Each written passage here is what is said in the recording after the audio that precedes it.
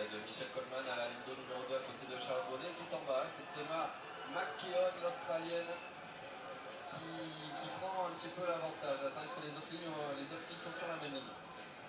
Qui va virer en tête après 50 mètres? Une Australienne, sans doute Emma McKeown, qui avait pris le meilleur départ en 26,64. Michelle Coleman, Charlotte Bonnet, quatrième. Première, c'est l'Australienne.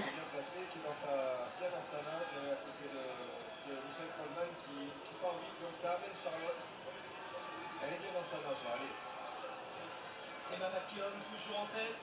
On a une énorme accélération de Cathy Ledecky au niveau du bassin là. Énorme accélération. Allez. On revient sur McKeown, l'Australienne. Va-t-elle s'en même virer en tête après 100 mètres? Oui, en 55-37, 600e d'avance sur Cathy Ledecky. 3e Sjöström. 7e Charlotte Bonnet. La surprise, c'est Federica Pellegrini. Dernière.